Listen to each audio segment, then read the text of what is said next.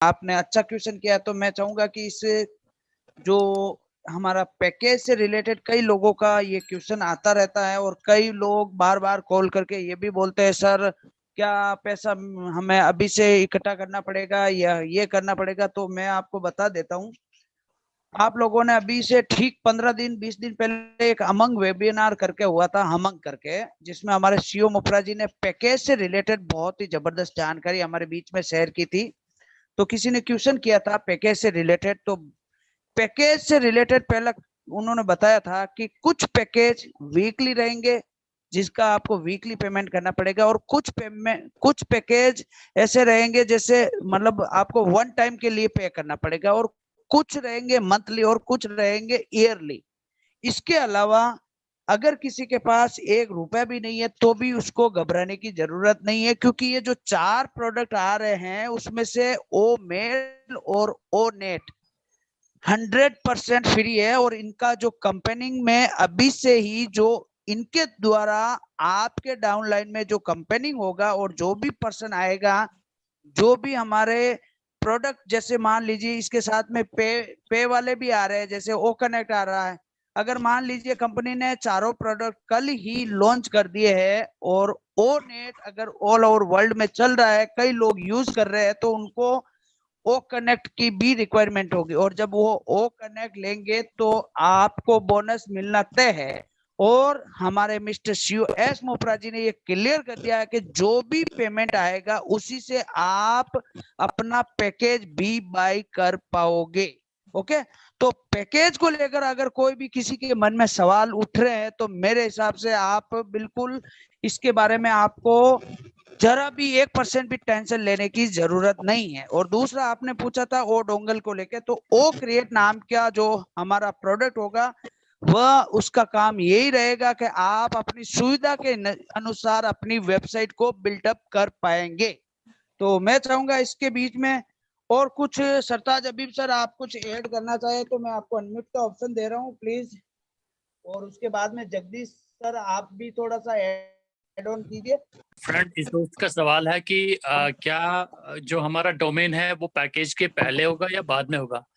It is very clear कि पहले हमें पैकेज बाय करना होगा, तो उसके बाद ही हमारा डोमेन बनेगा। क्योंकि डोमेन क्या है कि फिर उसी डोमेन से आपकी मार्केटिंग होगी। अब समझो बात को, पहले हमें पैकेज लेना है, उसके बाद आपका डोमेन बनेगा, उसके बाद ही हमारे लिंक पर मार्केटिंग होगी। ये तो क्लियर है।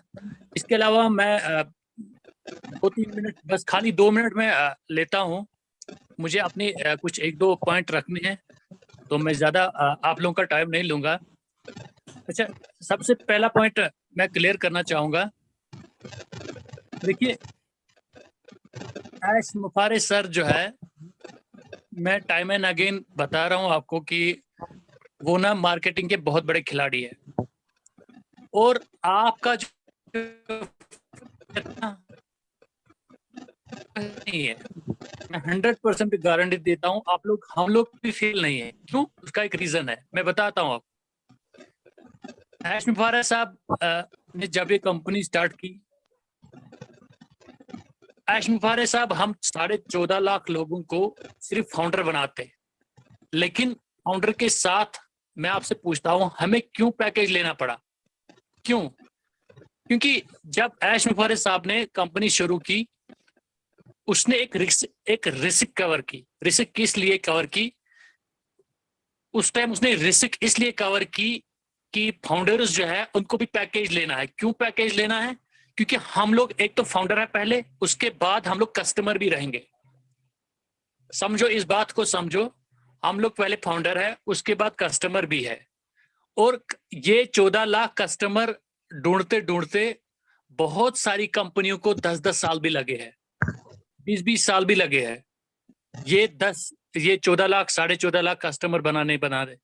आप गूगल को उठाकर देख लीजिए, जूम को उठाकर देख लीजिए, किसी भी बड़ी कंपनी को उठाकर देख लीजिए, ये कस्टमर बनाते बनाते उनको बहुत सदियां एवं डिकेड्स लगे। तो ऐश मुफारे साहब की आप मास्टरी देखिए, उनकी जो मार्केटिंग स्ट्रेटजी देखिए। हम लोग जो है पहले फाउंडर बना दिया, उसके बाद कस्टमर बना दिया, और कंपनी को ग्रो होते ही रिस्क से बचाया। क्योंकि क्या पता कंपनी को और कुछ साल लगने थे कस्टमर बनाने में। हम क्यों बार टाइम एंड अगेन यही बात कर रहे हैं कि आप लोग 100% सक्सेसफुल हो। इसीलिए हम लोग सक्सेसफुल हैं क्योंकि हमारी ऑलरेडी कस्टमर बेस है। ऐश मुफारे साहब बहुत बड़े धुरंधर खिलाड़ी है मार्केटिंग के। उनको पता था कि जो फाउंडर पहले बनेंगे, रिस्क को कवर करने के लिए वही लोग पहले कस्टमर भी बने। हमें और 10 साल नहीं चाहिए कंपनी को ग्रो होने में। हम पहले ही साल में, पहले ही दिन, first day of our launch, हम पहले ही मार्केट में 14.5 लाख लोग कस्टमर के साथ मैदान में उतरेंगे। एक बात। दूसरी बात मैं बताऊं आपको, जो ऐश मुफारे साहब है, आजकल जो हम बोल रहे हैं कि अभी फीफा का है और बुर्ज खलीफा पे हम लोग चले गए, ठीक है, और शायद हम स्पेस में भी जा रहे हैं, इंटरनेशनल स्पेस सेंटर से हम लोग मार्केटिंग कर रहे हैं। मुझे तो नहीं पता, इट्स जस्ट गेसिंग। तो ये क्या है बेसिकली, मैं बता रहा हूं ये क्या है। ऐश मुफारे साहब की ये क्या स्ट्रेटजी है? ये स्ट्रेटजी है ऐश मुफारे साहब की ब्रांडिंग की। एक बहुत बड़ी कंपनी को अगर आज के कंपटीशन में उतरना है, खड़े उतरना है, वो एक पहले बहुत बड़ा ब्रांड होना चाहिए। देखो मैं आपको बताता हूं,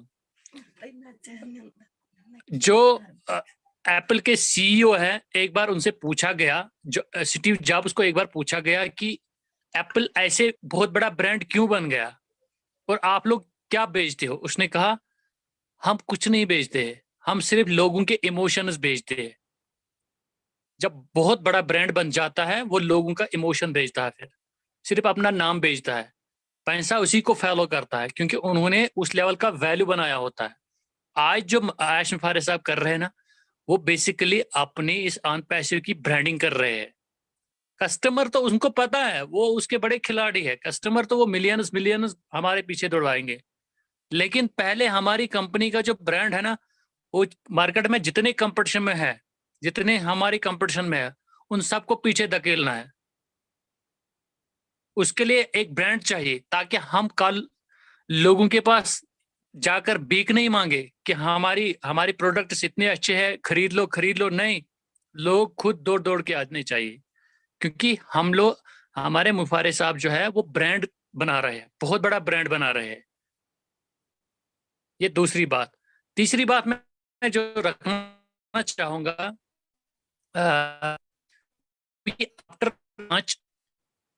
आफ्टर लॉन्च आज मैं जितने, इवन इंक्लूडिंग मी, हम इंडियन जितने फाउंडर्स हैं, क्या हमने कभी सोचा कि जो पोस्ट लॉन्च हमारा प्लान है वो क्या होना चाहिए?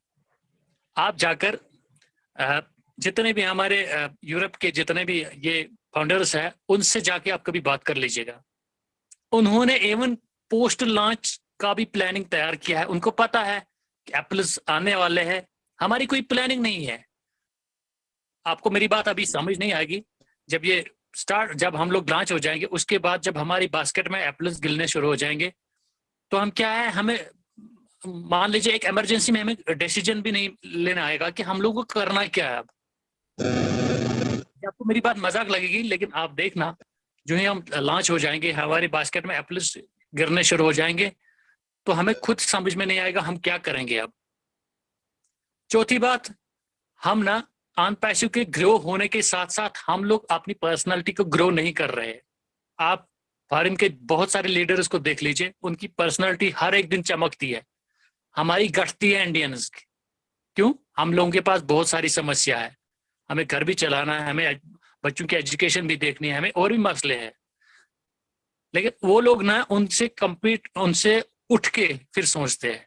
आप देखो, सूजी को देखो, रेड को देखो, माइकल विलियम्स को देखो, जूली को देखो, जितने बड़े बड़े लीडर हैं, आप देखना उनकी जो पर्सनालिटी है वो हर एक नए दिन ग्रूम होती जा रही है। हम लोग जो अगर अपने आप को देखेंगे, हम लोग पीछे जा रहे हैं। मेरा कहने का मतलब है, हमारे जितने भी फाउंडर है, अपनी नॉलेज को बढ़ाइए, उसकी वजह से आपकी पर्सनालिटी भी डेवलप हो जाएगी।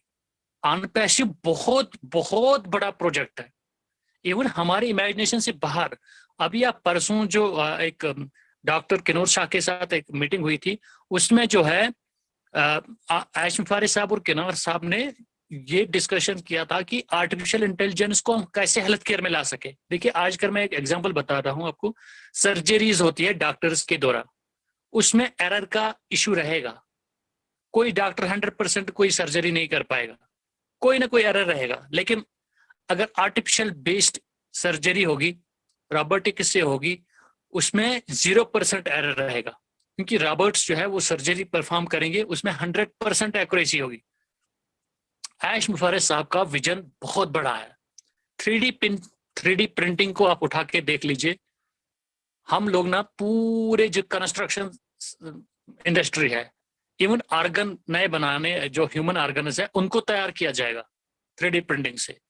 जितनी कंस्ट्रक्शन है उसमें एक रेवोल्यूशन लाई जाएगी। कोई ईंट की जरूरत नहीं है, कोई सीमेंट की जरूरत नहीं है। 3D प्रिंटिंग से बहुत बड़ी बड़ी पिक्चरें विद 100% एक्यूरेसी तैयार की जाएगी। ये ऐश मुफारज साहब का विजन है। अभी वो ऐश मुफारज साहब मेरे हिसाब से उसने ओनली 5% डिक्लेयर किया है, 5% उसने ऑन पैसे को डिक्लेयर किया है, 95% उसने अभी डिक्लेयर नहीं किया है, क्योंकि हम लोग अभी तैयार नहीं है उसको समझने के लिए।